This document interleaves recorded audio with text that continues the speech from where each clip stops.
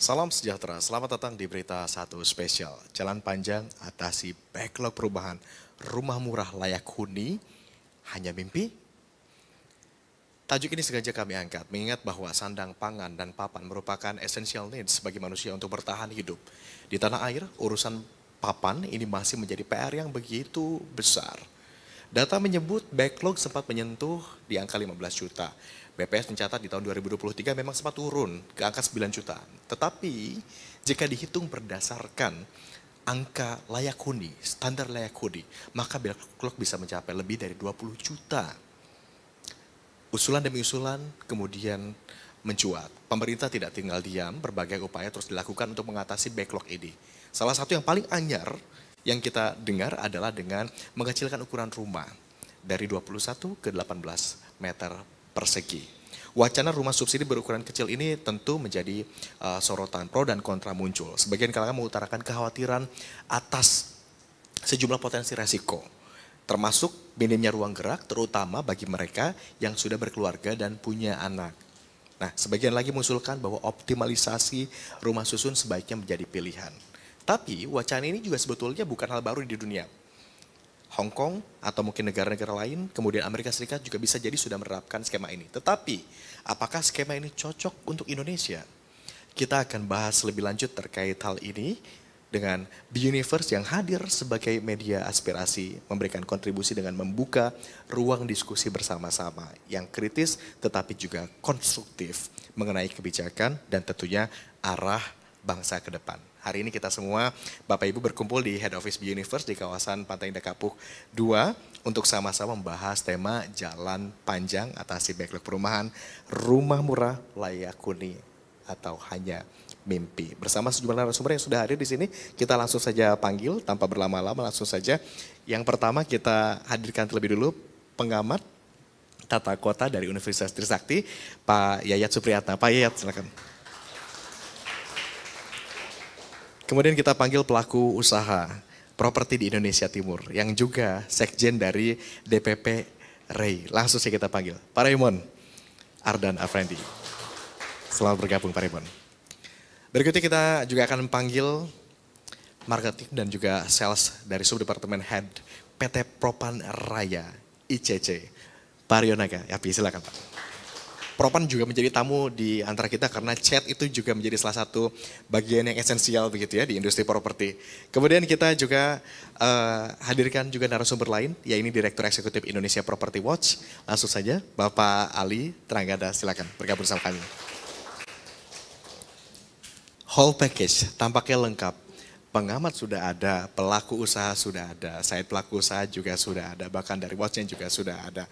Saya ingin terlebih dulu ke Pak Raymond sebagai pelaku usaha di bidang properti ini. Di tengah angka backlog yang begitu tinggi, meningkat hingga 15 juta unit begitu. Bagaimana pandangan Anda mengenai usulan pengecilan ukuran rumah ini? Baik, makasih Pak Agung selaku moderator, Bapak Ibu sekalian. Memang berbicara backlog ini sangat unik Pak. Karena ketika saya itu mendapat amanah sebagai ketua real estate di tahun 2010-an, angka ini tidak pernah berubah. Makanya sebenarnya ada satu pertanyaan saya itu mengenai angka backlog ini. Dalam pandangan kami itu backlog ini sebenarnya lebih fokus atau berhitung base pada tingkat pertumbuhan populasi masyarakat Indonesia. Bukan real pada kebutuhan rumah. Makanya angka ini tidak pernah bergeser dari sekitar 10 juta. Gitu ya. Ini ada satu pengalaman unik Pak, waktu kami itu mendapat dengan pendapat dengan Komisi 5, salah satu anggota Komisi 5 itu melakukan pertanyaan yang sangat bagus.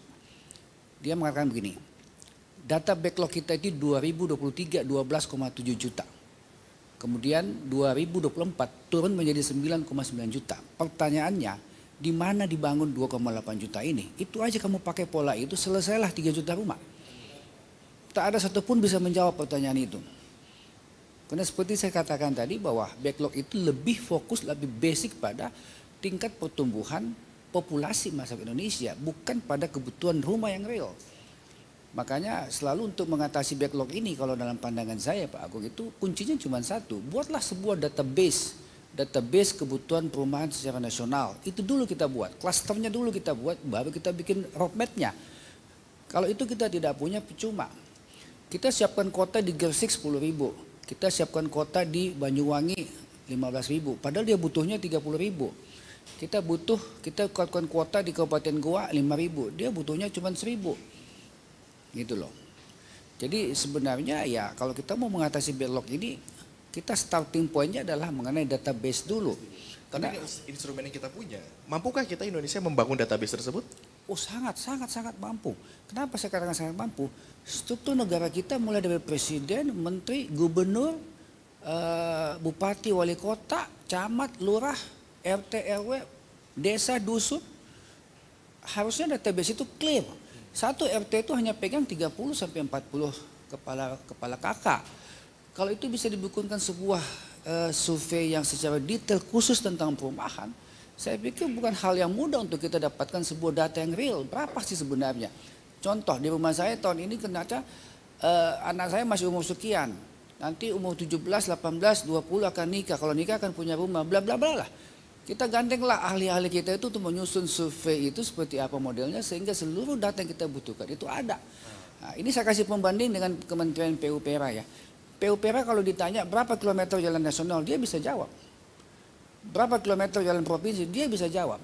Tapi kalau PKP ditanya, berapa rumah sudah dibangun tipe 45, 36 di kabupaten ini, pasti dia nggak bisa jawab. Berapa dia butuhkan, dia nggak bisa jawab. Karena database-nya tidak ada gitu loh. Itu secara khusus gitu ya. Itu dulu saya jawab masalah backlog dulu deh ya. Coba, kalau bicara database, data-data, kita juga akan coba konfirmasi juga nih ke sektor properti yang kita tahu bahwa ini menjadi sektor penggerak perekonomian nasional dengan berbagai subsektor pendukung termasuk juga chatnya. Pak Rio, sejauh ini bagaimana data-data mungkin Anda punya geliat usahanya industri chat setidaknya begitu terutama pasca pandemi. Apakah sudah tumbuh gitu? Kalau dari pandemi ya itu sudah tumbuh ya.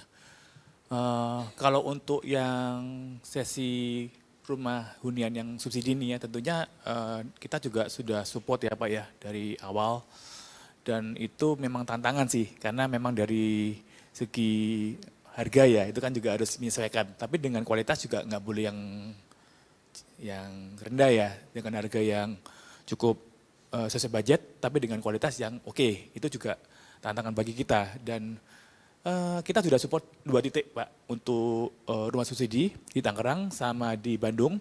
Keduanya punya yayasan suci ya sama dengan ini yang di PIK kan juga suci ya satu kawasan. Terus produk-produk kita yang kita offer juga sesuai deh dengan budget yang mereka punya gitu Pak. Jadi secara pertumbuhan sih oke sih Pak. Dan produk kita juga sudah siap support dari produsen jet. Mungkin nggak cuma dari kami Propan ya Pak ya, teman-teman kami merek lain juga pasti punya produk yang bisa menyesuaikan dengan program pemerintah tersebut Pak. Oke, begitu. Yang jelas demand ada dan itu dirasakan juga tumbuh begitu di kecepatan. Tetapi apakah sudah lebih baik ketimbang dengan data sebelum pandemi? Iya Pak. Jadi ada memang pertumbuhan dari sebelum pandemi dan sekarang ini ya memang kalau dibilang pertumbuhan sedikit ya, tapi better. Tapi dari sektor penunjang artinya tumbuh gitu ya? Ada sedikit. Oke, tujuan utama dari pengecilan ukuran rumah ini Bapak Ibu pemirsa, ini adalah agar harga bisa lebih terjangkau begitu ya, agar hunian ini bisa lebih affordable bagi kalangan masyarakat tertentu. Tapi kalau bicara pengecilan rumah tentu bukan hanya soal harga saja, melainkan kelayakan. Nah terkait hal ini saya ingin coba konfirmasi ke Pak Ali, Direktur Eksekutif Indonesia Property Watch. Bagaimana pandangan Anda tentang usulan memperkecil ukuran rumah subsidi ini? Bukan hanya dari segi harga, tapi dari segi kelayakan. Ya, makasih Pak Agung. Tadi sebenarnya saya mau menanggapi dulu yang Pak Raymond sampaikan ya, backlog itu menarik Pak Raymond. Sebenarnya ada sesuatu di balik itu gitu ya. Jadi tadi Pak Raymond sampaikan kita butuh database iya, sampai saat ini belum ada. Dari beberapa tahun lalu semua pelaku, semua stakeholder itu menyampaikan itu tapi belum juga terrealisasi. Ya, tadi masalah backlog tuh Pak Raymond, ini lucu nih, menarik nih. Mungkin saya bisa buka-buka di sini juga. 2023 tadi Pak Raymond bilang ya, itu 12,5 juta kan backlog ya. Ketika backlog 12,5 jutaan, saya lupa angka persisnya, tahunnya juga saya mungkin ya tahun 2023. Saya kebetulan di tenaga ahli di Kementerian PU, PERA waktu itu. Dibuatlah satu kayak Pokja yang menganalisa itu betul atau enggak Pak. Kita kasih masukan-masukan, ada beberapa, jadi gini, ini menarik nih, backlog itu ternyata di Indonesia itu termasuk yang rumah dinas itu masuk di sana Pak dulu ya. Ini kan sebenarnya enggak nih, ini agak aneh nih. Kemudian ada beberapa aspek yang kita potong, kita cut, dan kebetulan waktu itu ada Susenas BPS. Jadi ada kriteria yang backlog waktu itu dihilangkan Pak. Itu yang membuat backlog dari 12,5 juta turun jadi 8 jutaan. Jadi itu tidak, maksudnya backlognya nggak turun Pak. Itu turun karena kriterianya berbeda. Ini kan lucu Pak negara kita ini. Ya. Jadi tadi kalau database kita hitung-hitung backlog lagi, terminologi backlog di Indonesia sama yang umum common di dunia kita pakai itu beda jauh Pak. Jadi ini udah dari awal backlog itu kita kan selalu kata-kata sakti itu Pak ya. Kalau di seminar apa selalu bilang backlog gitu. Backlog dari mana kita kagak tahu Pak. Ya, jadi itu tuh. Jadi ini memang masalah fundamental kalau kita bilang itu di Indonesia itu fundamental perumahannya nggak ada Pak. Kita ada public housing nggak ada kita. Mungkin Indonesia negara yang tidak punya public housing Indonesia. Kenapa? Public housing itu dibangun oleh pemerintah. Sekarang kita bicara program FPPP, fasilitas likuiditas pembiayaan perumahan. Yang bangun siapa? Swasta. Pemerintah bangun nggak ada. Subsidi bunga iya, tapi ketika dia bangun, yang beli tanah juga pengembang swasta, ya yang jual juga pengembang, kemudian public housing di mana? Nggak ada Pak. Itu kan jadi satu fundamental kita itu lemah gitu ya. Nah tadi masalah kelayakan lagi, sebetulnya dulu juga saya pas waktu ada masalah sengketa, bukan sengketa lah, Undang-Undang Nomor 1 PKP mengenai luasan minimum 36, ya. Minimum 36. Waktu itu saya kebetulan jadi saksi ahli di MK untuk menggolkan jangan 36 dong. Karena 21 pun sebetulnya masih layak waktu itu Pak. Ya, karena banyak tadi 27, 21 dengan rumah tumbuh itu masih layak. Dan disetujuilah Undang-Undang Nomor 1. Pak Yat juga tahu lah gitu ya. Kita sama Hart Institute ya waktu itu ya. Nah, waktu 21 kita lihat itu pun udah sangat kecil. Ya, kalau berdasarkan SNI saat ini kan berapa 9 meter persegi satu orang Pak. Ya, 9 meter persegi. Kalau keluarga mungkin 18. Belum punya anak ya. Kalau kita melihat dari WHO itu minimum standarnya 30 meter persegi. Dalam kondisi tertentu dia bisa 28 meter persegi. Artinya kalau dari standar kelayakan harusnya dibilang itu 18 itu layak mungkin masih bisa tapi dengan banyak catatan. Kalau kita hitung 9 meter persegi untuk satu orang gitu satu ya? orang, ya. Okay. Tapi ini saya mau klarifikasi dulu. Sebetulnya pemerintah dulu sebelum bicara 18 meter persegi, itu minimal tuh diusulkan 14 Pak. Ya, 14 meter persegi. Tapi karena banyak yang mungkin kontra, ya di mana-mana saya kan bilangnya 18. Tapi awalnya itu 14 gitu. Mohon dikonfirmasi, itu yang 9 meter persegi itu adalah standar WHO? Bukan, katanya SNI Indonesia. Oh SNI? WHO itu 30 meter persegi. Ah, oke. Gitu ya, nah. Sebenarnya kalau kita bicara layak atau enggak ya seperti itu Pak. Kalau kita bicara apartemen di perkotaan apakah 18 meter persegi layak? Mungkin layak tapi dia single. Gitu ya. Jadi ini sebetulnya gini ya, kalau saya lihat nih pemerintah itu kok mindsetnya agak membingungkan Pak. Pertama kita ngomong rumah subsidi. Rumah subsidi itu anggapannya rumah subsidi di pinggiran Jakarta yang jauh dari Jakarta gitu kan, dari perkotaan lah kan. Kemudian bentuknya landed. Kemudian ini berkembang lagi jadinya nanti apartemen aja deh 18 gitu. Awalnya menurut saya mindset pemerintah kan udah salah Pak. Ya, kalau bicara rumah subsidi, gini deh, ini agak panjang dikit nggak apa-apa nih ya Pak Agung ya. Jadi gini, coba tadi ada bicara juga masalah milenial. Milenial yang mungkin tidak mau punya rumah, saya mungkin tidak sepenuhnya setuju Pak. Kita lihat ya Pak ya, kalau misalkan kaum urban yang milenial pekerja termasuk Gen Z, itu gajinya misalkan let's say lah average di 7,5 sampai 8 juta. 7 sampai 8 juta berarti sepertiganya dia bisa cicil. Ya. Dia cicilnya berarti berapa tuh? 2,5 sampai 3 juta lah gitu ya.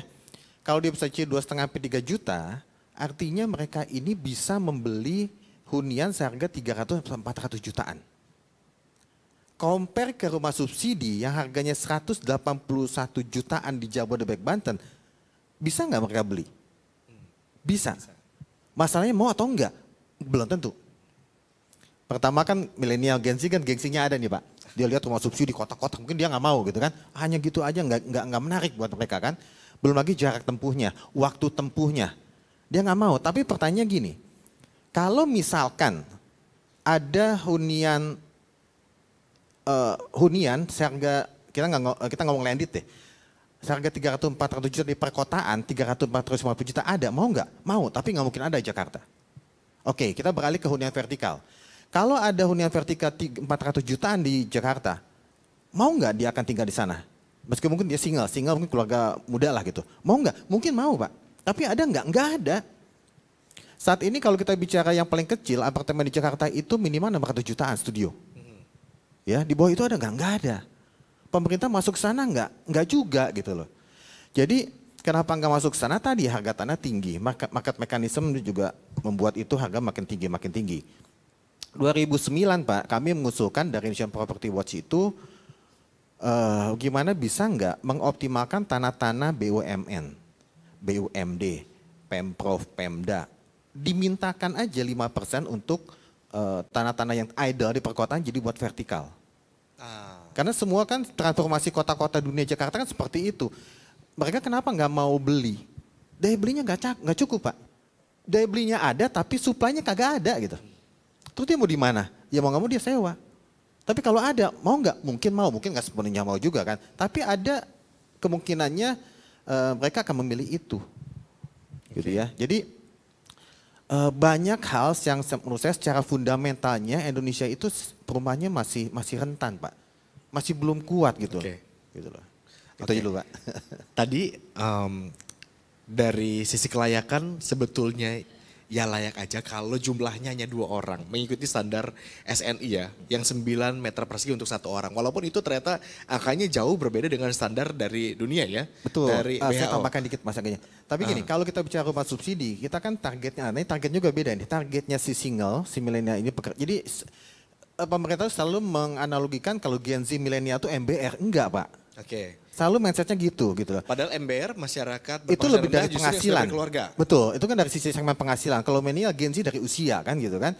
Kalau kita bilang rumah subsidi, yang beli itu kebanyakan keluarga juga. Oke. Tapi kalau keluarga, berarti kan dia udah ada anggota keluarga, udah ada anak. Dengan 18 meter persegi udah pasti nggak layak. Secara psikologis terganggu, crowded. Ya, kalau crowded tinggi, pasti kriminalitas tinggi. Apakah itu? Saya malah melihat dengan ada penurunan ukuran yang diperkecil ini salah satu indikasi kemunduran penyediaan rumah rakyat di Indonesia, Pak. Atau dengan kata lain kita boleh kita sebut ini tidak tepat sasaran. Tujuannya Betul. MBR masyarakat berpenghasilan rendah, tapi pemerintah di sisi lain juga menyebut bahwa ini untuk kalangan yang masih single gitu. Yes. Sementara di sisi lain nyebut MBR, sementara MBR adalah mereka yang sudah berkeluarga, mostly ya. Oke, kalau dari kelayakan, oke lah kita ketok palu misalkan tidak layak gitu ya. Daya beli masih ada untuk subsektor penunjang. Kemudian tadi kita sudah dengarkan juga pendapat dari pelaku usaha yang saya ingin ke Pak Yayat kalau begitu dari pengamat tata kota. Sebetulnya ini kan katanya tidak layak dan sebagainya begitu ya. Tapi aturan ini tujuannya untuk meringankan beban mereka yang membutuhkan hunian. Karena cicilannya ukuran lebih kecil, harga berarti lebih rendah, cicilannya juga lebih rendah. Kita bicara soal aturan terlebih dulu deh gitu. Ini sudah sesuai aturan atau enggak ya kira-kira ukurannya sampai 18 meter ini? Sebetulnya kan aturan sudah menetapkan tingkat kelayakan tadi. Tadi betul Pak Ali mengatakan standar itu menjadi acuan dimensi kebutuhan ruang baik secara sosiologis maupun psikologis. Artinya dengan angka 9 itu. Kalau ini dipenuhi artinya kelayakan secara standar sosiopsikologisnya terpenuhi. Tapi kalau dikecilin lagi ada nggak penelitian? Kadang-kadang penetapan angka 14 atau angka 18 itu coba pernah tanya nggak dengan para sosiolog, dengan para psikolog? Nggak ada. Jadi kebijakan itu tidak punya tidak punya jaminan keunggulan karena tidak pernah ada kajian akademisnya. Jadi asumsi seakan-akan muncul pakai ini aja. Rasionalitas. Jadi kita tidak pernah diajarkan sebetulnya ketentuan aturan sudah ditetapkan tetapi tidak pernah ada kajian yang membuktikan itu bahwa itu layak atau tidak. Nah yang kedua ini saya tambahkan, ini saya tertarik dengan Pak Raymond.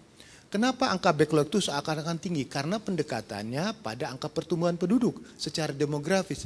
Kita ini ketika menetapkan tipe dan jenis rumah itu tidak punya instrumen struktur namanya, kebijakan. Contohnya Cina. Cina itu satu rumah tangga, satu anak. Dikunci. Jadi dengan dikunci itu tipe rumah bisa dibentuk. Jadi berapapun yang turun-turunnya itu, sorry ya, ini udah dikunci seperti ini.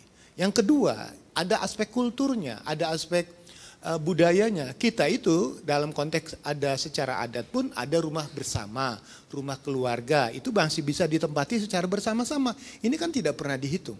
Nah yang kedua, rasionalitas, makin terdidik masyarakatnya, makin tinggi income-nya, makin tekanan ekonomi makin tinggi, rasionalitasnya itu muncul. Saya tidak akan mau punya anak karena biaya apartemen, harga rumah mahal. Biaya pendidikan. Nah itu kan namanya tekanan secara ekonomi, sosiologis, dan psikologisnya. Jadi masyarakat punya pilihan. Jadi jangan pernah masyarakat dipaksa. Ini untuk kamu, masyarakat satu. Ada namanya housing career. Apakah mereka yang tipe rumah yang seperti itu dilarang kaya? Maaf ya, kamu nggak boleh beli mobil. Saya bayangkan aja tipe 18, tipe 14. Toto berubah luasannya jadi 24 atau 25. Saya pelaku juga ya punya rumah-rumah yang saya bantu kepada masyarakat. Itu tipe 25 itu, maaf ya, nggak punya dapur, jemuran dan sebagainya. Itu menjadi kepadatan baru. Misalnya contoh, Jakarta dalam kepadatan penduduknya kan ada padat, sedang, ringan, padat ya, tinggi, sedang dan rendah.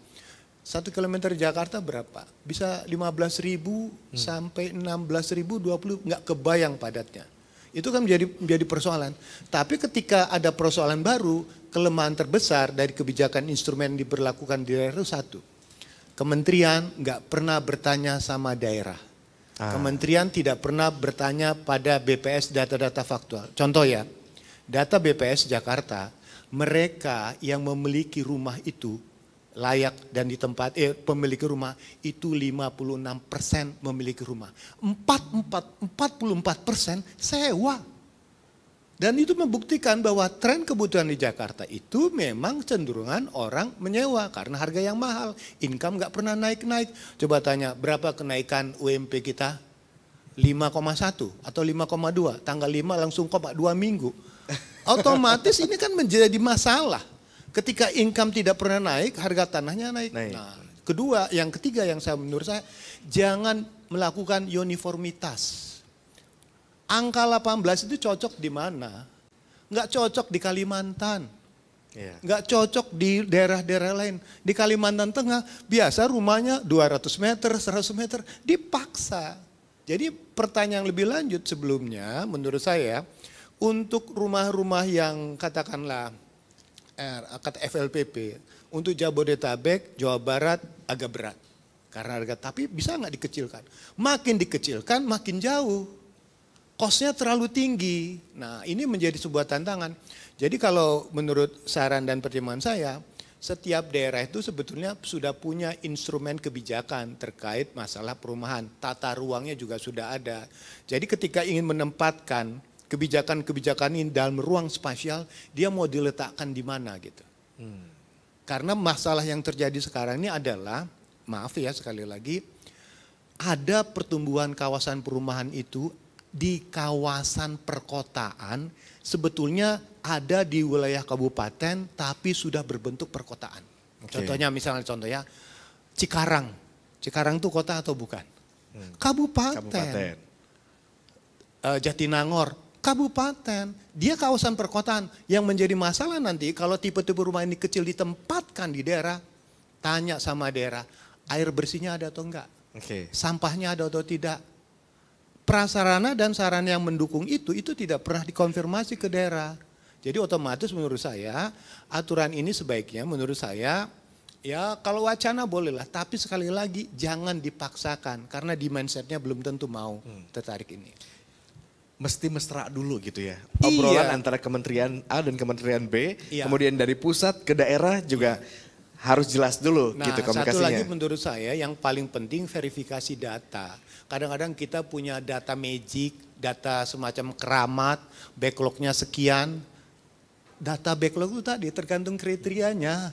Mau dinaikin atau diturunin dari 9 jadi 5 ya bisa turun naik tergantung situasi dan kepentingannya gitu.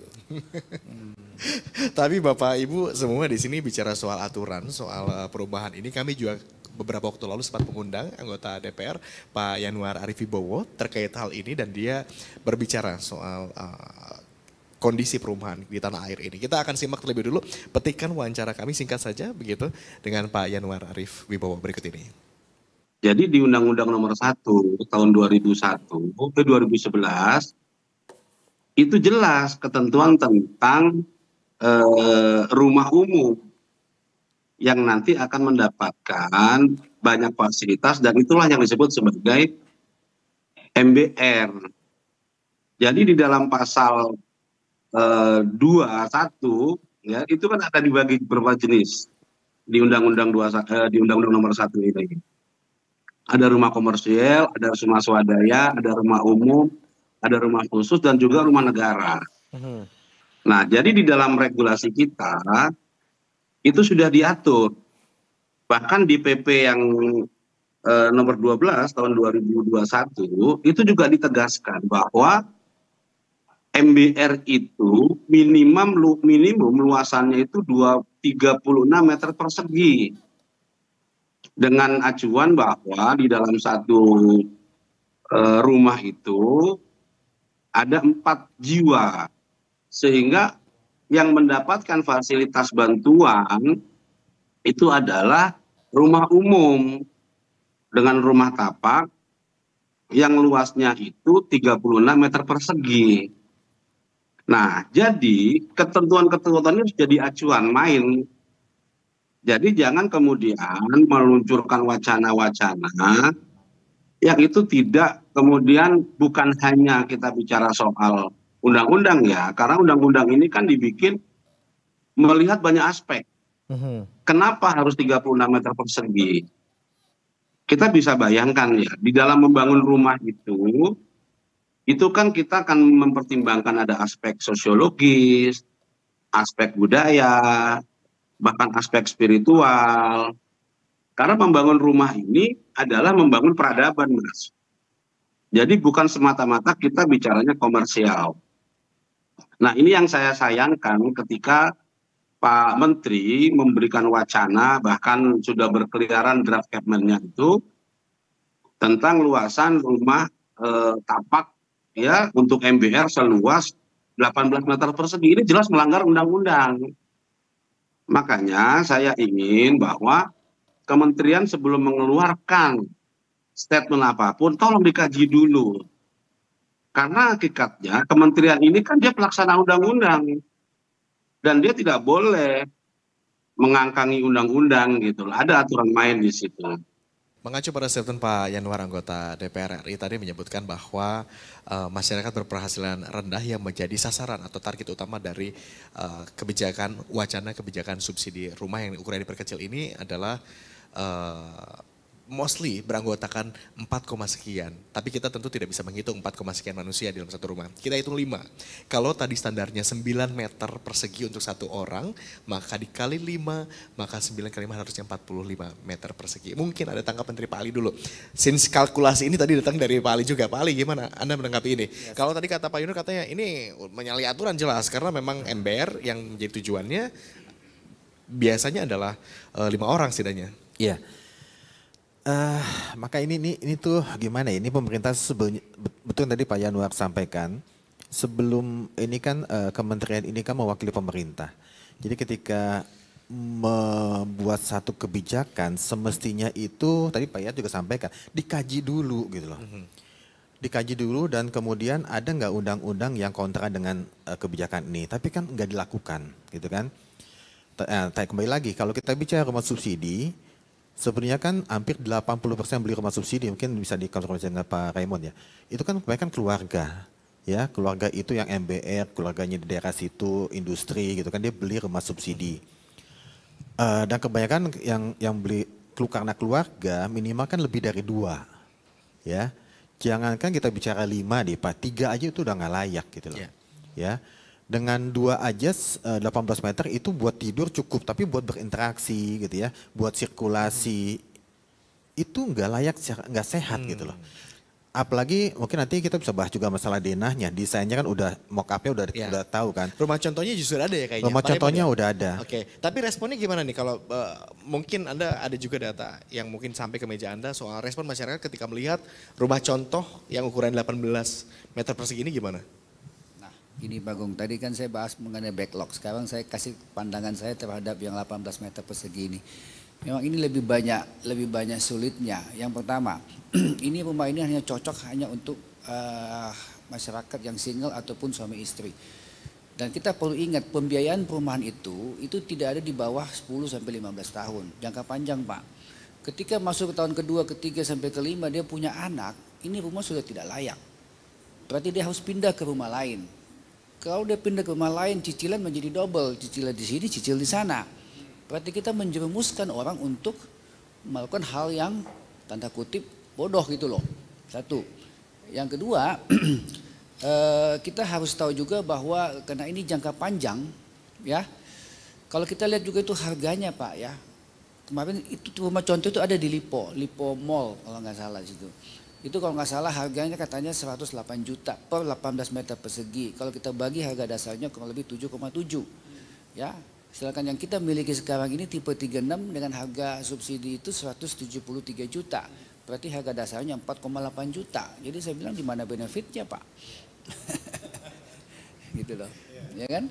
Nah, yang ketiga saya bilang Pak mengenai subsidi, mengenai pembiayaan subsidi ini yang saya bilang tadi itu dia harus pindah. Nah, kalau dia sudah pindah ke rumah lain, rumah ini kalau dibiayai oleh pembiayaan subsidi, ini jadi temuan BPK lagi, Pak. Dibiayai oleh subsidi tidak ditinggal itu temuan BPK. Akhirnya kami disuruh kembalikan uang itu. Jadi banyak sekali persoalan-persoalan regulasi yang bertentangan dengan kebijakan itu, gitu loh. Belum lagi kalau di PUPR sendiri itu sudah mengeluarkan permen tentang prototipe-nya rumah tipe 36.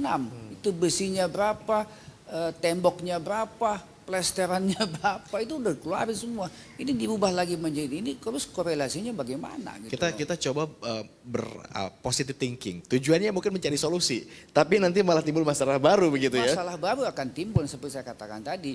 Masuk tahun kedua, tahun ketiga, tidak ada satupun keluarga tidak pengen memiliki anak. Tapi Kita punya ketertarikan mindset masyarakat beda. ketika melihat rumah contoh itu gimana sih responnya? Ada nggak? Nah saya jujur kata, saya diundang saya nggak datang.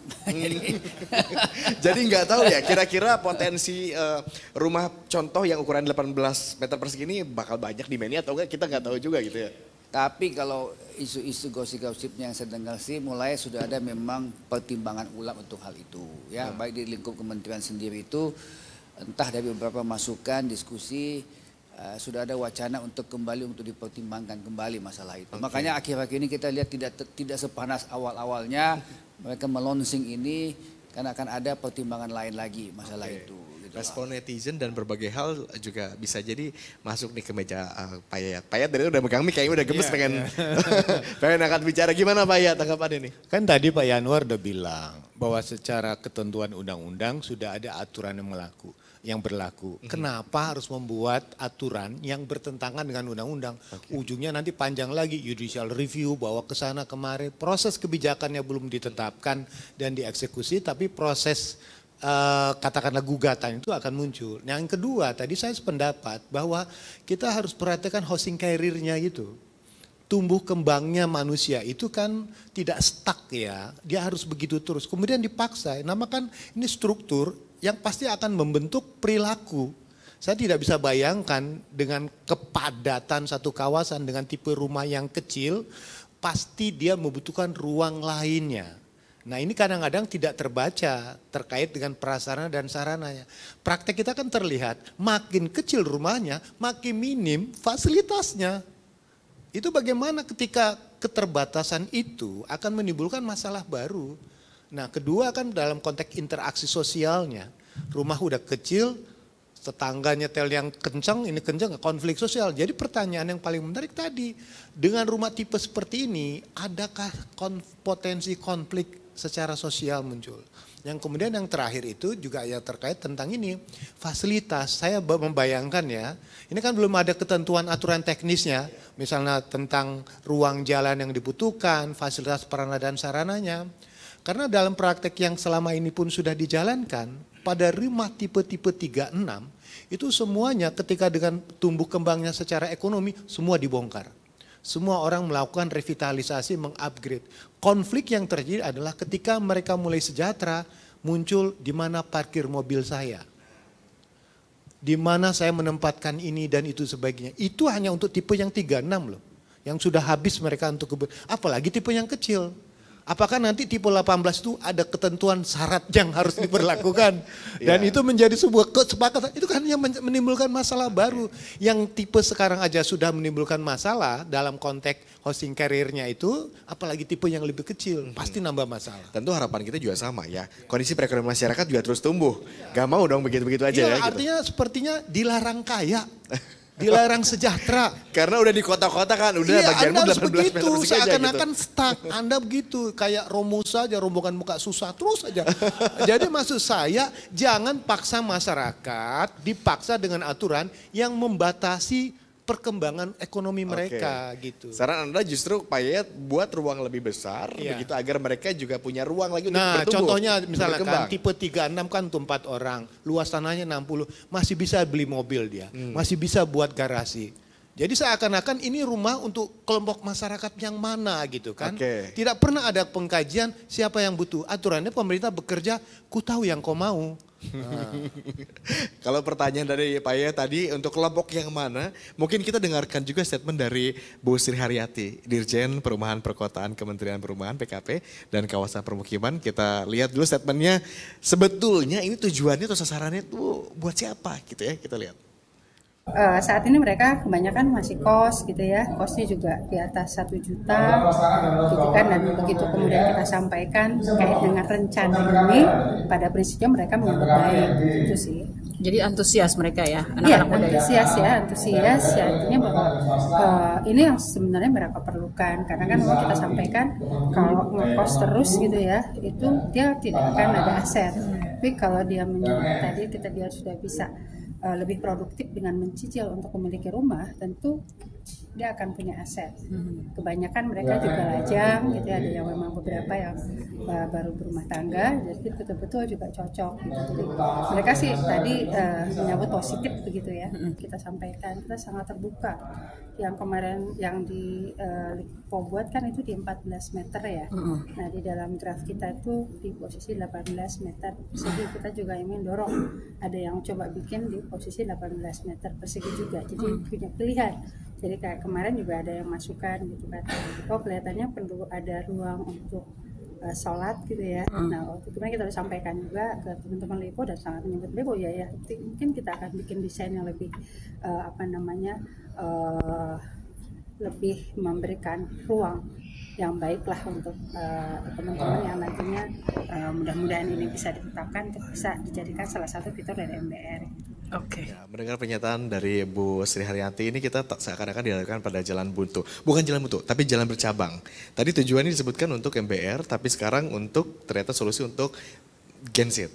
Atau anak muda begitu yang memang sayang sekali kalau harus ngekos bayar 1 juta tapi tidak dapat apa-apa, hanya sewa aja. Tapi kalau misalnya nyicil akan dapat sesuatu begitu, dapat aset katanya begitu. Dan menjawab juga tadi Pak Raymond, kalau Pak Raymond tadi nggak tahu katanya di demandnya seperti apa. Kalau kata Bu Sri tadi katanya demandnya justru banyak, katanya tinggi peminatnya. Gimana pelaku usaha melihatnya? Saya pastikan sih, ya, karena Bapak tadi minta saya kritis, saya pastikan sih demandnya akan kecil. Kecil, oke. Ada kecil. satu fenomena menarik. Gimana? Contohnya, siapa yang kerja di SCBD? Anak-anak Gen Z. Tapi dari mana? Dari SCBD, seputaran Citayam, Bojonggede, Depok.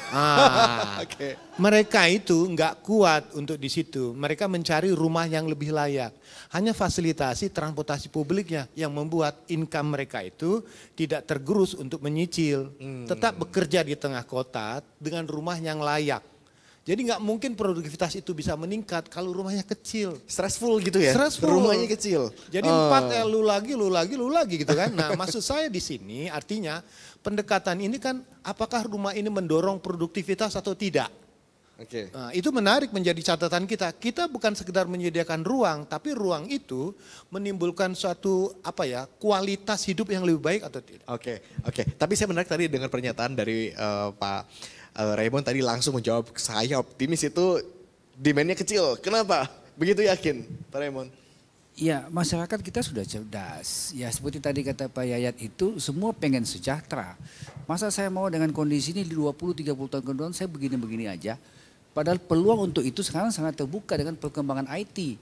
Sekarang saya kerja di mana saja, saya menjadi influencer, saya menjadi reseller, saya bisa dapatkan duit.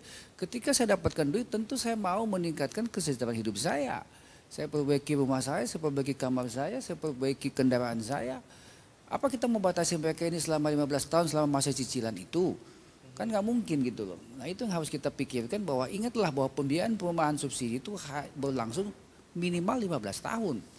Jangan kita berpikir pendek gitu loh Pak. Nggak ada pembiayaan subsidi itu jangka waktunya hanya 2-3 tahun, nggak ada gitu loh. Jadi 15 tahun itu kita akan melihat masyarakat semua pasti mau.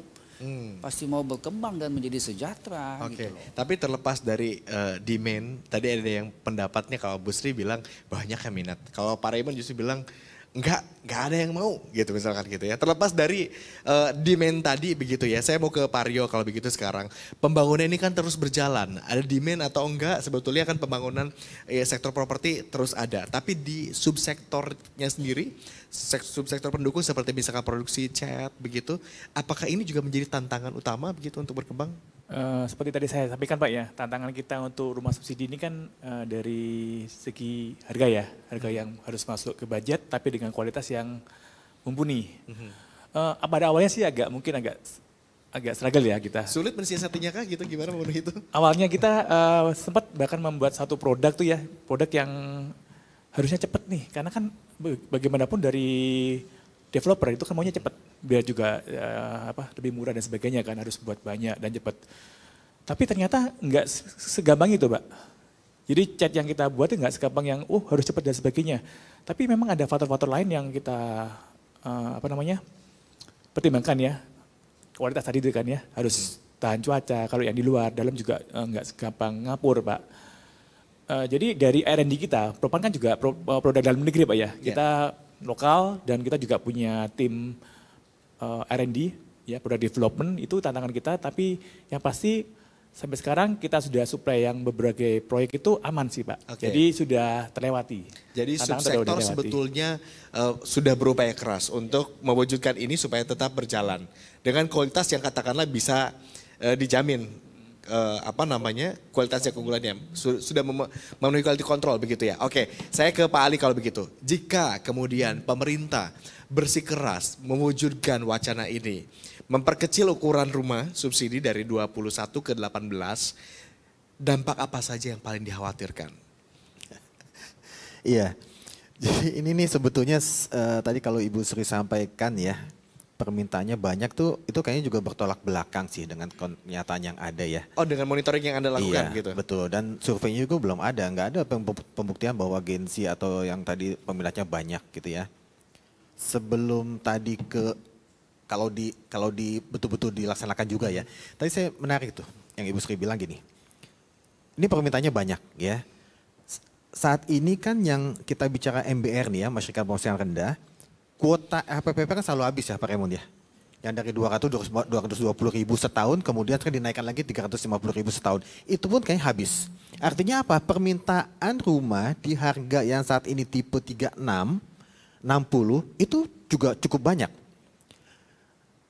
Jadi tidak ada urgensinya pemerintah menurunkan ukuran luas. Gitu ya. Jadi dengan 170, 180 juta ini banyak kok yang minat. Terus urgensinya apa ya diturunin ya? Kecuali ada kuotanya nggak habis-habis ya oke lah, berarti mungkin ada kendala daya beli. Ini dengan 170 jutaan, 180 jutaan itu habis aja kuotanya. Dan kalau kita bandingkan dengan rumah yang tadi 14-18 meter ini, cicilannya 600 ribu, dibandingkan dengan yang rumah saatnya ada itu FPPP itu 900 ribuan ya Pak Raymond ya. Bedanya 300 ribu Pak. Ya.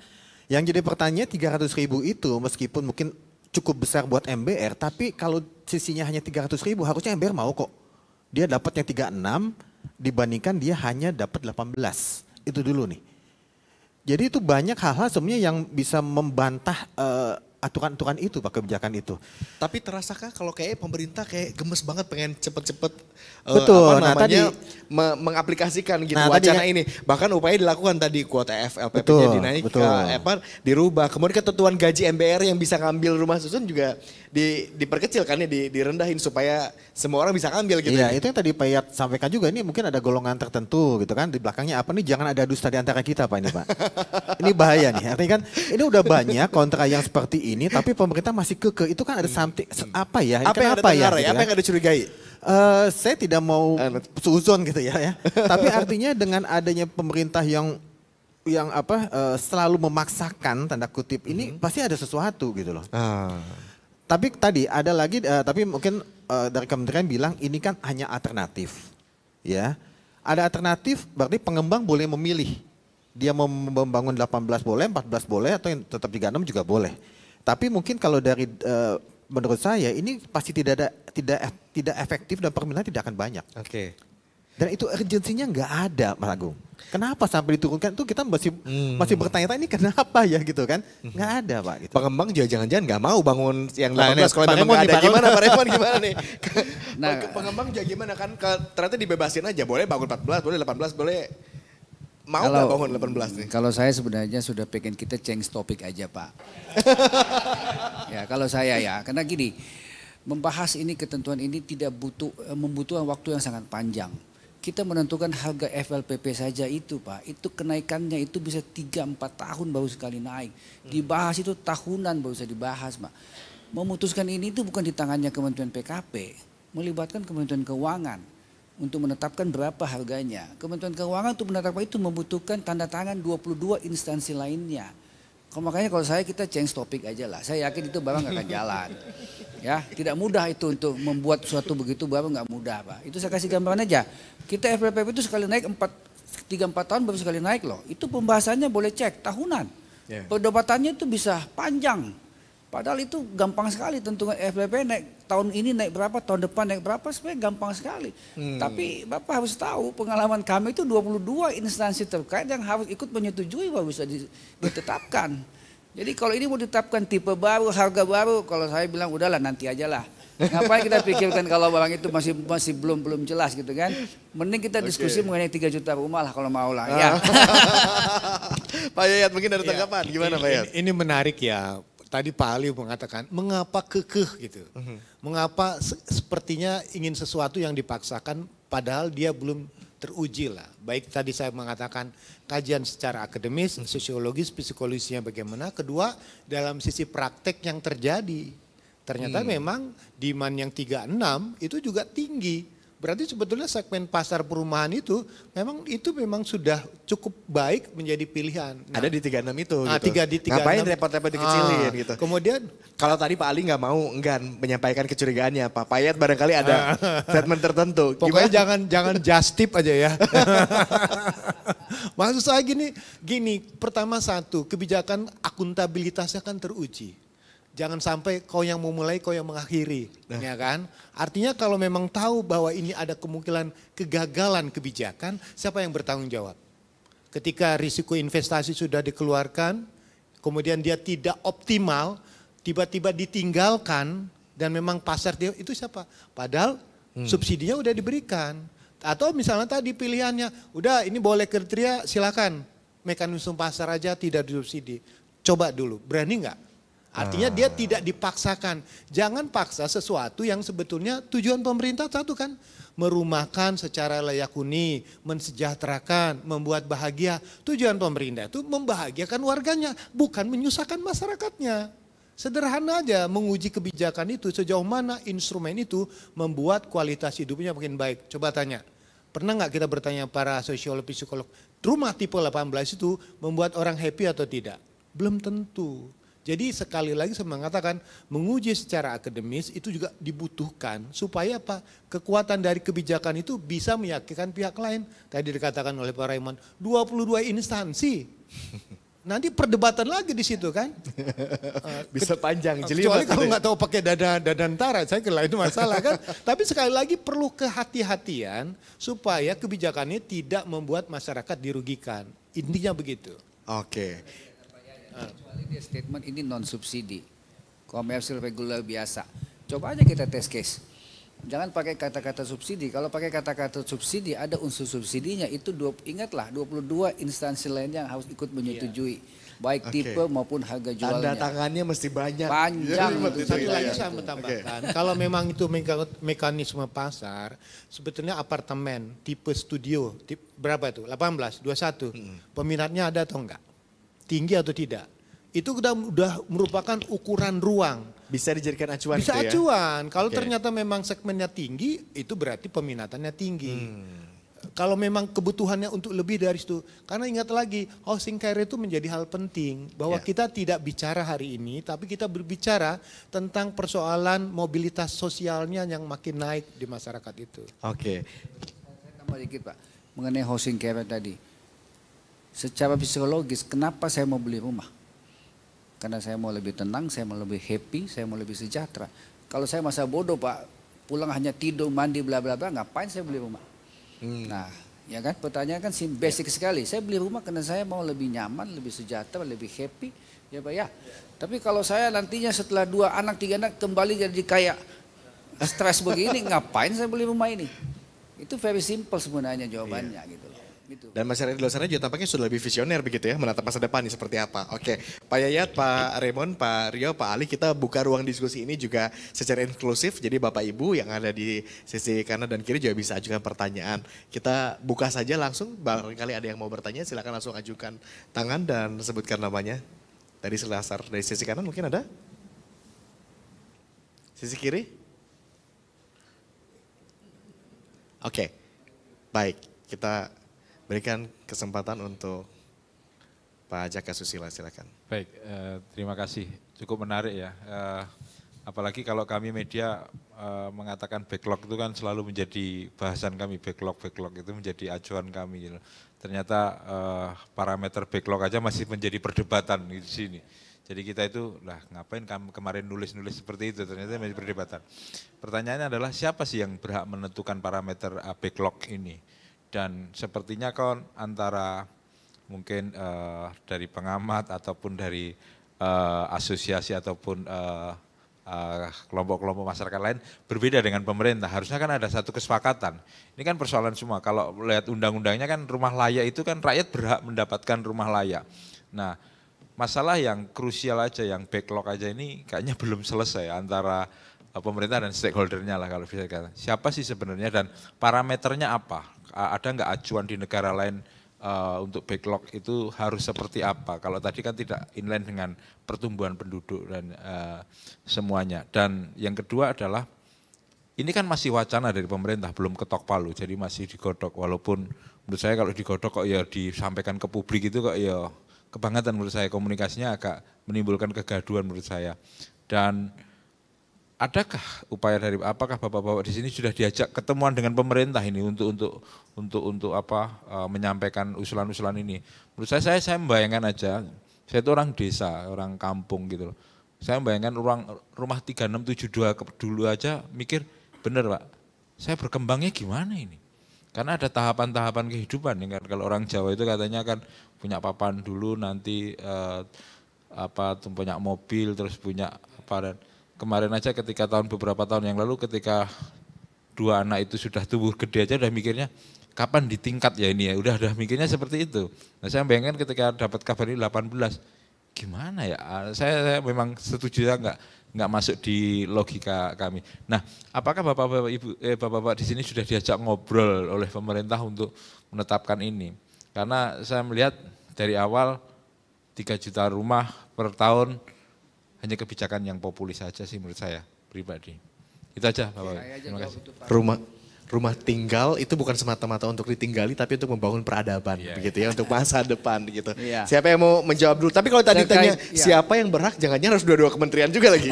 Gimana? Justru saya mau kasih informasi saja bahwa alhamdulillah puji syukur itu salah satu poin saya tadi ini mengenai database perumahan itu sudah ditangkap oleh Kementerian PKP. 2 hari lalu itu Pak Menteri itu melakukan tanda tangan MOU antara Kementerian PKP, Mendagri dan Kepala BPS tentang penyediaan dan pemuktahiran data dan informasi statistik pelaksanaan perumahan MBR. Jadi apa yang kami sudah wacanakan kepada Pak Menteri ini sudah tangkap baik dengan kementerian dan sekarang mereka melakukan suatu MOU bagaimana MOU itu membuat sebuah database perumahan kebutuhan perumahan nasional khususnya MBR. Jadi supaya singkat saja supaya kita tidak debatable lagi, Pak Menteri sudah tanggap Pak, sudah tanggap sama kita ini. Baru 2 hari lalu Pak Menteri tekan ini. Ya, kita tunggu aja hasilnya, mudah-mudahan kalau hasilnya sudah ada akan semakin konkret. Sebenarnya kita butuh berapa sih, di mana sih, ya kan? Dan demand masyarakat yang bagaimana sih? Nah, kita lihat, kalau memang demand masyarakat suka 18 ya kita pengembang suka-suka saja bangun 18. Tapi saya tidak akan yakin. Ya, tipe 36 tadi kata Pak Ali itu dengan kuota 220.000 sampai 300.000 itu rata-rata di bulan 10 udah habis loh Pak. Enggak sampai bulan 12 sudah habis. Bulan 10, 11, 12 kita sudah berkelahi itu dengan bank. Mau tekan akad nggak bisa, tekan akad nggak bisa kuotanya habis. Jadi demandnya masih bagus kalau di situ, gitu loh. Tapi berarti kalau Pak Raymond udah diajak ngobrol gitu ya. Pak Yayat gimana, udah pernah di... Belum. Tapi gini, saya tertarik gitu tentang house carry secara kultural Pak. Tadi kalau filosofi Jawa itu mengatakan karyo dulu Pak ya, bekerja cocoklah kecil. Habis karyo, garwo, wismo, turonggo, kukilo. Oh. Itu kan, jadi jangan berhenti di garwo, di wismo, dia nggak bisa turonggo kendaraan dan itu nggak naik. Jadi ada keyakinan, ada aspek kultural yang dipaksa oleh struktur, oleh kebijakan. Keyakinan saya nggak seperti ini, karena ada persoalan mobilitas sosial. Pertanyaannya ini mungkin berlaku, tapi tidak berlaku di seluruh wilayah. Mungkin untuk wilayah kasus Jabodetabek atau wilayah yang memang kepadatannya tinggi itu mungkin berlaku. Tapi saya kira filosofi dan keyakinan secara kultural itu nggak bisa diatur oleh negara Pak. Itu pilihan bebas. Makin sejahtera saya makin bisa memilih yang terbaik gitu Pak. Oke, silakan yang ada tanggapan Pak Rio, Pak Ali. Tadi gitu Mas Agung, yang Pak Raymond bilang ini change topik aja sih betul. Jadi kita itu menghabiskan energi yang sebetulnya tadi yang saya sampaikan juga ini urgensinya nggak ada Pak. Kita capek-capek gitu ya pro kontra diskusi segala macam. Ya sebetulnya memang yang tadi semua stakeholder itu sebagian besar 59% lebih gitu kan ya. Itu pesimis setuju, dengan wacana pesimis ini gitu. Jadi daripada kita berkutat dengan hal-hal seperti ini gitu, ada hal lain yang lebih penting kok sebetulnya. Tadi database Pak ya, dari fundamentalnya database seperti apa. Bank tanah belum kita bahas juga ya Pak ya. BP3 yang saat ini nggak tahu nih, nggak jelas nih kan. BP3 itu kayak, iya kan itu di Undang Cipta Kerja kan, Badan Percepatan Penyelenggaraan Perumahan. Itu pun nggak jalan. Nah gimana kementerian itu harusnya itu fundamental itu diperkuat dulu, itu yang urgent Pak. Meskipun lama tapi harus dimulai. Bisa atau enggak? Bisa, tapi mau atau enggak belum tentu ini pemerintah mau nih. Nah itu banyak kendala-kendala, banyak konflik kepentingan di sana, politik belum lagi. Wah ini kan jadi repot nanti kan bahasnya jadi panjang Pak gitu loh. Oke, Pak Rio ada tanggapan? Saya malah ini Pak, bukan bertanya ya. Tapi saya itu dapat info ya, kalau misalkan kita mau apply untuk rumah subsidi ini, itu kan kebanyakan untuk yang sektor pekerja yang formal ya. Bagaimana dengan yang informal gitu loh? Bagaimana mereka bisa memenuhi yaitu pengen rumah tapi saya nggak punya slip gaji dan sebagainya. Itu gimana ya? Nah, ini juga janjian belum didiskusikan lagi klasifikasinya Jangan-jangan ini ya. belum nih. Jadi masalahnya banyak banget ya. Gimana Pak Raymond? Makanya tadi saya ajak kita change topik. Karena kalau topiknya 3 juta rumah itu kan Bapak perlu tahu bahwa 1 juta di perkotaan, 2 juta di pedesaan dan pesisir. Nah disinilah segmen tadi Pak Rio, disinilah segmen tadi itu masyarakat yang non bankable, ya kan? Nah, tapi ini adalah programnya presiden loh, ini bukan programnya menteri. Kalau tadi itu cuma programnya menteri Pak. Kalau ini 3 juta rumah programnya presiden, mending kalau mau dibahas kita bahas ini. Kita diskusi ini, kita kasih usulan kepada pemerintah. Ini loh Pak, kalau mau jalankan roadmap 3 juta, usulan kami seperti ini gitu loh, ya kan? Nah, saya langsung singgung aja poinnya sedikit Pak Agung. Silakan. 2 juta rumah pedesaan ini kita berhadapan dengan masyarakat yang non bankable. Artinya mereka tidak punya berkas untuk dibiayai oleh bank dan lokasinya udah jelas di pedesaan. Pemerintah sebenarnya membutuhkan sebuah konsep baru, baik penyediaan maupun pembiayaan terhadap ini 2 juta rumah. Jadi kita forget it itu mengenai FLPP gitu ya. Tipe 18, 27, 36, bukan. Mereka membutuhkan model baru supaya 2 juta ini masif bisa tercipta. Oke. Gitu loh. Nah, dalam kacamata kami itu memang harus ada terobosan. Kami coba mengusulkan itu sebuah konsep yang namanya itu rumah pertanian. Rumah pertanian terintegrasi. Karena tadi 2 juta itu ada di pedesaan. Belum lama ini kita lihat di media itu Kementerian Pertanian itu melaunching 18 hilirisasi produk komoditi unggulan pertanian. Saya langsung WA Pak Menteri. Pak Menteri, ini kesempatan baik Bapak kolaborasi dengan Kementerian Pertanian terhadap 2 juta rumah di pedesaan. Ya, Pak Menteri Pertanian urus pertaniannya, Bapak urus rumah petaninya. Bapak cari konsep, kasih ketemu, ya. Contoh, misalnya dibuatlah suatu konsep hilirisasi sebuah tanaman pertanian, Pak. Misalnya contoh vanila. Kita sebagai pengusaha itu buka lahan 50 hektar. Kita tanam vanila semua. Oke, dihilirisasi oleh Kementerian Pertanian, Pak. Mulai dari bibit, pupuk, alsintan, penyuluh, tanam seperti apa. Sampai produk jadi. Sampai produk jadi dijual, harga jualnya pun diatur. Bagi hasilnya pun diatur. Insentifnya petani pun diatur. Nah, insentifnya petani inilah yang dijadikan tabungan hunian. Gitu loh, supaya dia bisa memiliki rumah, saya bilang. Ya kan, kalau di pertaniannya sudah disubsidi oleh Kementan, Pak, berarti kan ada nilai plus di situ. Konversilah subsidinya Kementan itu menjadi tabungan hunian bagi para petani. Itulah peluangnya. Lebih cantik lagi kalau saya bilang Pak Menteri, Bapak minta Presiden PSN kanlah program ini supaya bank bisa masuk. Jadi sambil mereka bekerja, mungkin ada perhitungannya ya 3-4 kali panen cukuplah jadi sebuah rumah buat petani ini. Jadi kalau itu Pak, 2 juta rumah pedesaan tutup mata pasti selesai, saya bilang. Kalau Bapak mau cari 2 juta rumah dikumpul subsidi, bedah rumah, CSR, itu nggak akan jadi Pak. Nggak akan dapat barang itu. Ya kan? Contoh, saya kasih contoh lagi Pak, karena kita buka-bukaan ya Pak Agung ya. Kita lihat salah satu komoditi unggulan kita itu sawit Pak. Sawit itu seluruh perusahaan konglomerat Indonesia itu punya perkebunan sawit. Artinya apa? Komoditi ini sangat menjanjikan. Kalau dibuat sebuah konsep rumah pertanian integrasi sawit ini, luar biasa. Oke, kamu saya kasih bukan semacam IUP ya. Kamu saya kasih ujian semacam IUP, kamu kelola ini 30.000 hektar jadikan sawit. Tapi konsepnya ini, petaninya berapa, bagi hasilnya berapa, rumah petaninya seperti apa. Clear Pak. Daripada IUP pertambangan dibagi-bagi. Kalau dibikin IUP pertanian kan jauh lebih menghasilkan gitu loh. Jadi sebetulnya kalau pemerintah. Ini ide untuk mewujudkan yang saya bilang tadi 2 juta rumah. Kalau mau dikumpul-kumpul satu persatu itu nggak akan cukup Pak. Kita punya FLPP 300.000 aja itu 1 tahun. Ini mau 3 juta 1 tahun kan 10 kali lipat gitu loh. Nah, jadi harus ada terobosan baru. Terobosan baru yang terbaik dalam pandangan saya adalah rumah pertanian. Karena Pak Mentan sudah launching, baru 2 minggu lalu saya lihat di media itu 14 komoditi unggulan akan dihilirisasi oleh Kementerian Pertanian dan akan melibatkan 8 juta orang. Oke, Itu jadi potensi market yang luar biasa. Jadi kalau misalnya mau berinovasi, pemerintah mau melakukan inovasi justru ke sektor pembiayaannya saja atau bicarakan ke hal lain, jangan yang ini gitu. Karena ini semua kita semua sudah sama-sama pesimis begitu ya, 99%. Ini kesannya gitu, sepertinya kita tergantung subsidi. Padahal kita justru mandirian. Tadi ke rumah swadaya, tadi saya betul sinergi antara pertanian, perkebunan atau pertambangan dengan sektor perumahan. Misalnya contoh di pertanian sawit tadi kan inti plasma. Justru ini kan sinergi antara korporasi dengan masyarakat.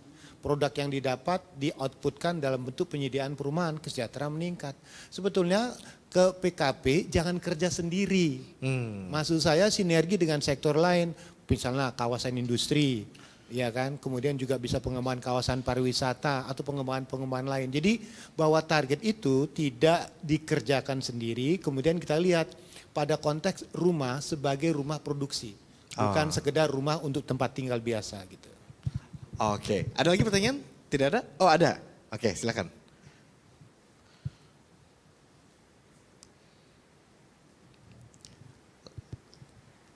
Saya ingin tanya soal tadi kan kita fundamental kita masih perlu dibangun lah ya dari database gitu. Dan itu adalah kerja jangka panjang. Tapi setelah itu nanti terbangun kita akan sangat dimudahkan dalam penyusunan kebijakan atau apa. Tapi saat kita menyiapkan itu semua kan kebutuhan rumah akan terus berjalan lah. Nah, kira-kira adakah semacam program di negara lain yang bisa di copy paste gitu ya, sembari kita menyiapkan. Begitu ya. Tapi ya jangan lupa, kadang kita kan kalau udah ada pegangan satu, yang lain ditinggalkan kayak membangun fundamental tadi ya. Nah, adakah skema di negara lain yang bisa kita copy paste kasarannya gitu untuk kita kembangkan dengan problematika yang agak mirip-mirip dengan Indonesia. Mungkin itu aja, minta tanggapan Bapak-Bapak. Oke, siapa yang mau tanggapi duluan? Pak Ali, silakan. Ya.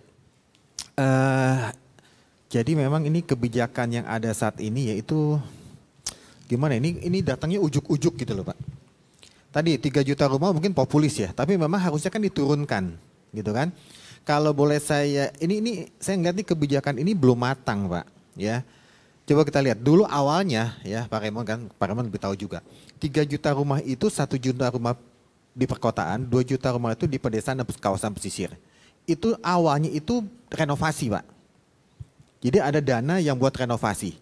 Kemudian berubah lagi katanya jangan renovasi karena renovasi kan butuh minimal saya hitung-hitung 200-300 triliun setahun. Ya. Mungkin nggak jadi. Jadinya ada pinjaman buat yang mau renovasi. Ini kan udah beda-beda lagi nih. Ya. Jadi kebijakan-kebijakan yang ada itu memang belum matang Pak. Dan tiba-tiba masalah komunikasi programnya itu ke masyarakat juga menurut saya kurang bagus lah gitu ya. Yang tadi kalau kita bicara masalah ada nggak bisa kita contek gitu ya dengan negara lain. Masalah fundamentalnya berbeda Pak. Dan masalah daya beli GDP-nya pun beda. Kita ambil contoh. Malaysia itu rumah subsidinya yang dianggap subsidi gitu ya. Di sana itu 300 jutaan Pak. GDP-nya lebih tinggi dari kita per kapitanya ya. Di sana 300 jutaan itu udah subsidi dianggapnya. Di kita kan 180 juta ke bawah lah itu subsidi. Dari itu udah beda. Kalau kita bicara di Singapura itu ada Housing Development Board. Ya karena mungkin sebagian besar tanah Singapura itu milik pemerintah. Jadi pemerintah bisa ngatur, bisa mau bangun apa yang ngatur si SDB ini. Ya, di Indonesia kan nggak ada bank tanah, itu masalahnya Pak. Jadi tadi kembali lagi, kalau saya bilang tadi di Indonesia nggak ada public housing ya karena di Indonesia nggak ada bank tanah. Ya, bank tanahnya itu harusnya kan bisa dicapai dari tadi tanah-tanah BUMN, tanah-tanah Pemda, Pemprov diminta yang tidak optimal, diminta dong, gitu kan? Dan semua Pemda itu fokus ke perumahan. Di Pemda tolong tadi Pak Yat juga sempat sampaikan, di konselnya di Pemda itu tolong didata. Yang masyarakat miskin berapa jumlahnya, tempatnya di mana Pak? Ya, coba sekarang kalau kita lihat, kita ke salah satu Pemda, ada nggak di Pemda kita? Pak tanya dong, di Pemda ada nggak sih tanah yang khusus disiapkan buat rumah subsidi? Ada nggak Pak? Nggak ada Pak. Zona kita ATR BPN itu kuning itu buat perumahan, gitu ya.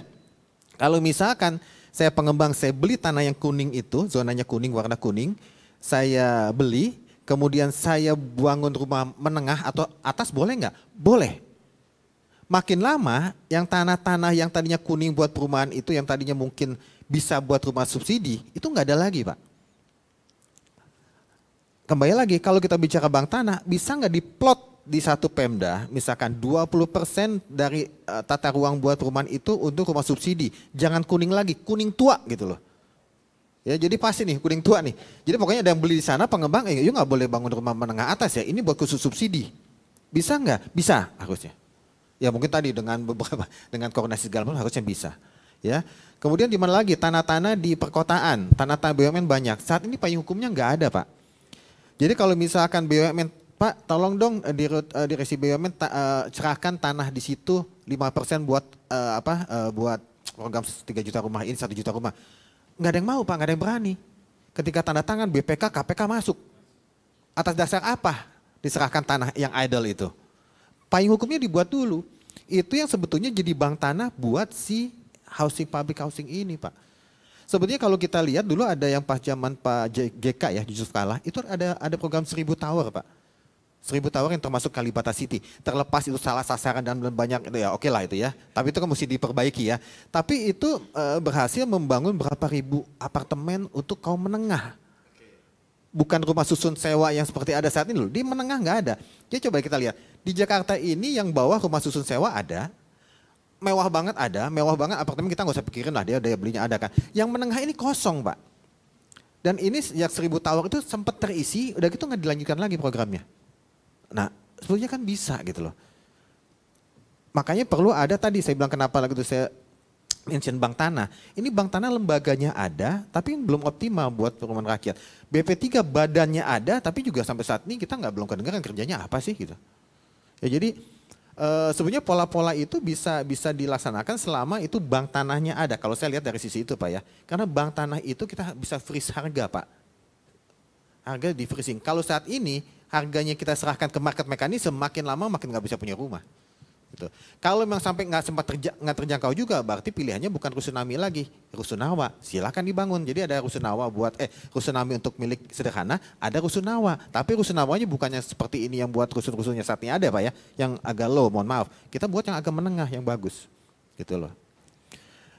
Kita lihat lagi nih, ada sekarang BUMN yang mungkin kita tahu semua ada LRT City.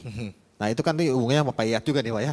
Kan ada simpul-simpul transportasi. Harusnya sebelum dibangun simpul-simpul itu, pemerintah mengamankan tanah-tanah itu. Supaya dikelola oleh pemerintah. Supaya dikelola pemerintah dan tanahnya bisa dipatok kan. Saat ini kita lihat banyak yang agak tersendat tuh. Sebetulnya itu bagus kan. Lagi itu kalau nggak salah ada bilang, ada satu BUMN bilang beli bangun LRT City hanya 20% yang apartemen dijual dengan 350 juta. Itu bisa Pak.